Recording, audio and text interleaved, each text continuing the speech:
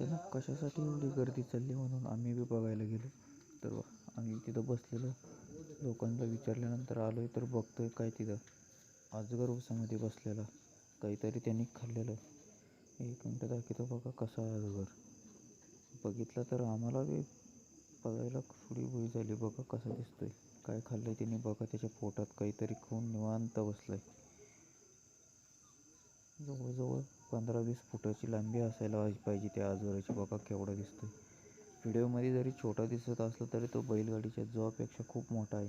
तर रेस्क्यू करणारे त्याला पकडण्यासाठी आलेले होते, पण ते बघत होते त्याला. त्यांनी शिकार केलेली असल्यामुळं तो सुस्तावलेला होता आणि फुसकारे देण्यासाठी तयार सज्ज होत होता.